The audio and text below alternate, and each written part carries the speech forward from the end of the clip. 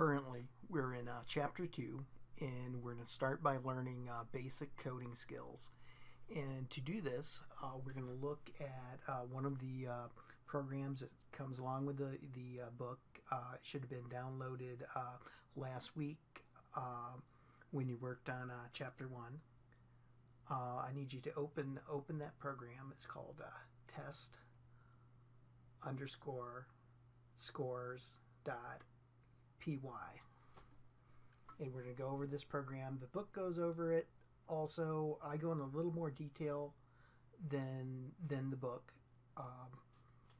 but one of the things I recommend is that you also open it. I mean, it's actually typing it in and playing with these programs yourself really helps you understand everything that's going on in a program. And right now we're looking at this, and we can see in red we have these comments. And comments, as we discussed earlier, are started with hashtags. So basically, to comment out a line, you put a hashtag on there, and the rest of that line is commented out, and you use this to better document your code. And it's not just for you, it's for future people that might encounter your code, and it's just it's something you want to do for yourself and others.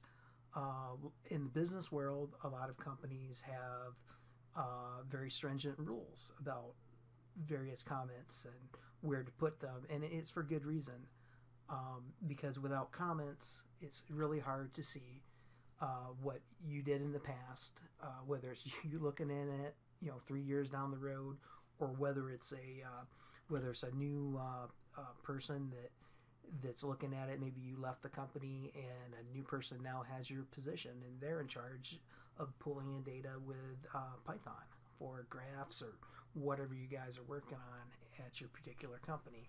So comments are very important.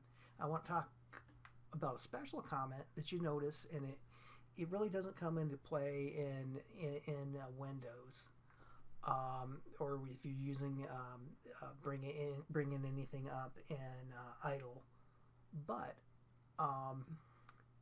it is used in the Unix/Linux world. It's called the shebang, and basically, funny name for it. Shebang's like whole operation.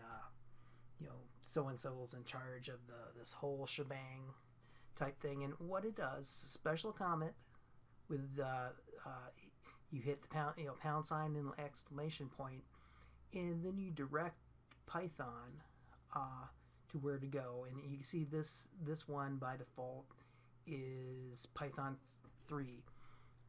You might have maybe it's a business out there where we're running various web pages, doing analytics with Python, and some of it was developed a long time ago, and it's in Python 2. And we can use this to have it pull up Python 2 as opposed to Python 3 to run certain sections of code. So this really probably not going to be relevant in the actual course, but in the bigger picture, you need to know why it's there. You see it occasionally out there. A lot of people like to put it in. It might be a good habit to throw it in every Python program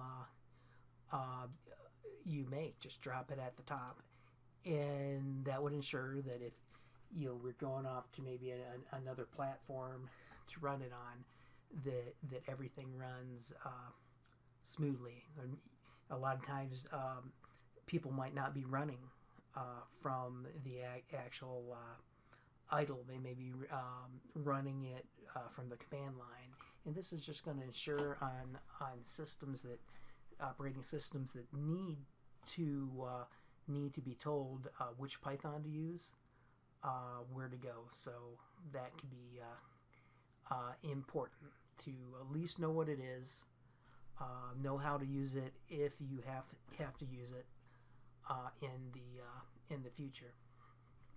So now the rest of all of these comments out here, they're just comments, and when this code executes, nothing, you're gonna have no result from these comments. They're just purely comments to help the coder or future people understand what is going on in the program.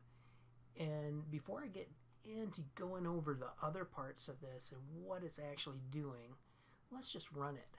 Let's just run it first.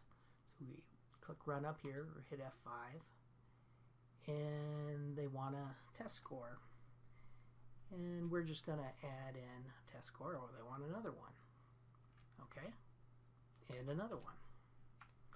And it looks like this very simple program that it totaled up the test scores and then took an average of it, and then told us bye when it was done. So what we're going to do is now we're going to see how that was accomplished. What we had to do programmatically to get those goals of adding 3 test scores and then producing an average. So we know all this in red and the hashtagged out the comments. We can ignore that because they're just comments for us. Python itself is not going to read those, with the exception of the top comment up here, which is the shebang, and that's not even going to probably come into play here. So we can ignore everything here in red, and we can see the print. We're sending a text to be printed, and it says the test scores program, and then we have a blank print, and that looks like it produces this line over here, and then we send off to the print function again another string that we have in double quotes, and it prints out enter 3 test scores. And then we did the same thing here with sending another double quoted string to be printed out. We go down here, and like I said, we can ignore all these comments, and we have a total score equals 0. And this is how you assign a value to a variable. And a variable is a thing that you use to store values. And so in this case, we make one called total score, and we assign it the value of 0. And in the comment, you can see it's initialization. It's to initialize it. And we could start it with 4 or 5. In that case, our calculation would be off. And then the next step you could see is we have something called an input function.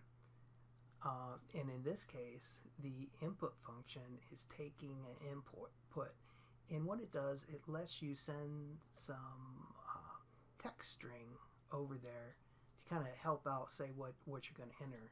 So we have a function input here that sends a text string, and what it's doing behind the scenes is a built-in function to Python.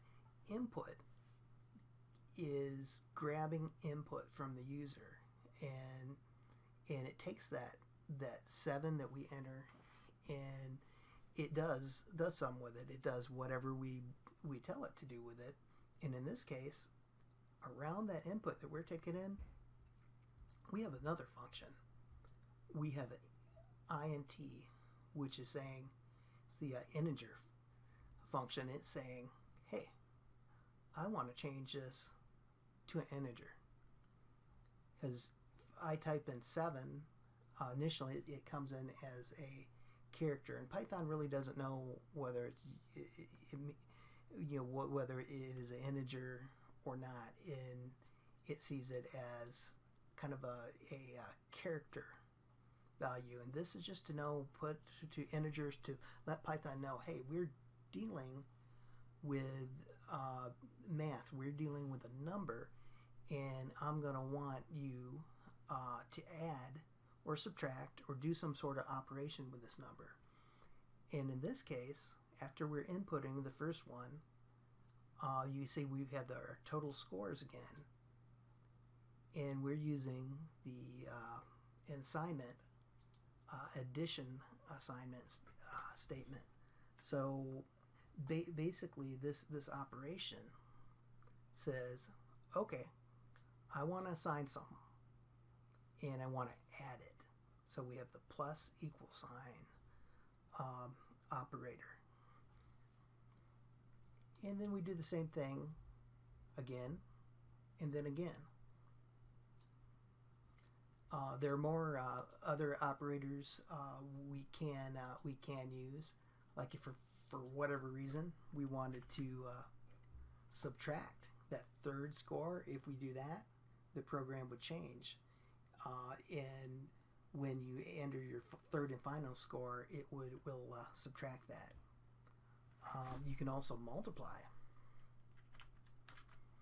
So if we put the multiply in this case, and I were to enter the sevens again, it would go the first one 7 plus 7, and we would have 14, and then it's saying to multiply whatever is now inputted into there. So the end result would be 7. If I enter another 7 times 14, so we would be multiplying it. And of course, there is a divide also. So I'm gonna change that back to the original value here, and then we create another variable we can see called average score, and we're basically getting the total score, and we're dividing by 3. We're rounding in case we end up with a giant remainder because of the division operation.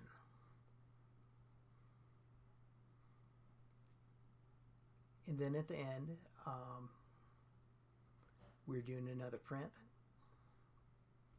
and then eventually multiple prints, and we're printing the actual total score out there.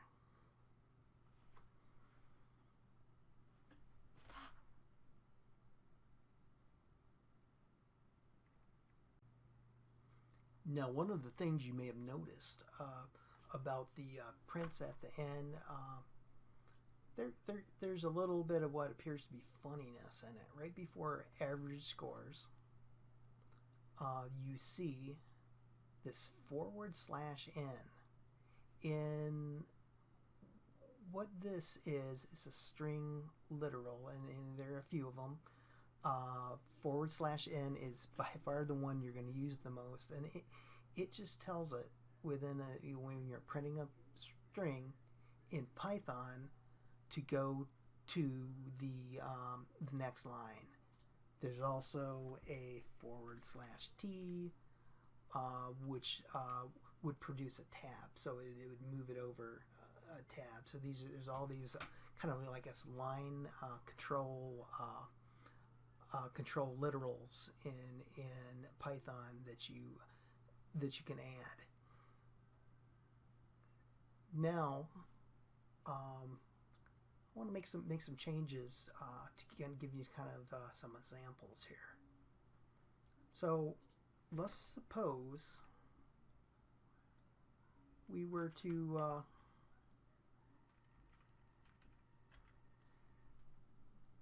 have remove the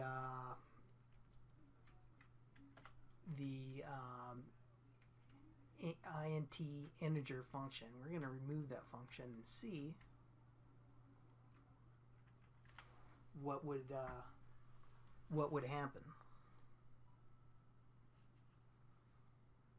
Okay, so now we remove the function, and so this isn't going to be a integer anymore. It's going to try to input a string, even though it might look like an integer when we actually run it. So I'm gonna from here I'm gonna run our new program. It's going to make me save.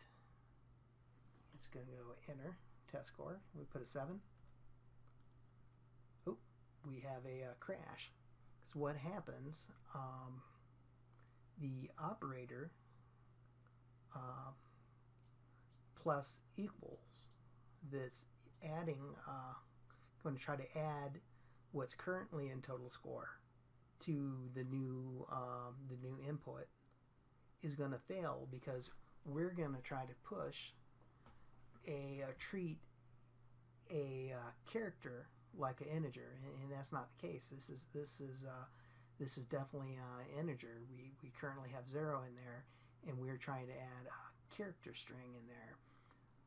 So Python itself sees it as, instead of a number, it thinks it's like a character. We could easily have did the same with enter A or B or C or whole giant string of characters like ABC. It hits this point in the code and says, no way, this can't happen, because you're trying to add to 0 a character value, not a 7. So it doesn't understand that, even though it looks to us like, hey, we entered 7, behind the scene what we entered was not a number 7.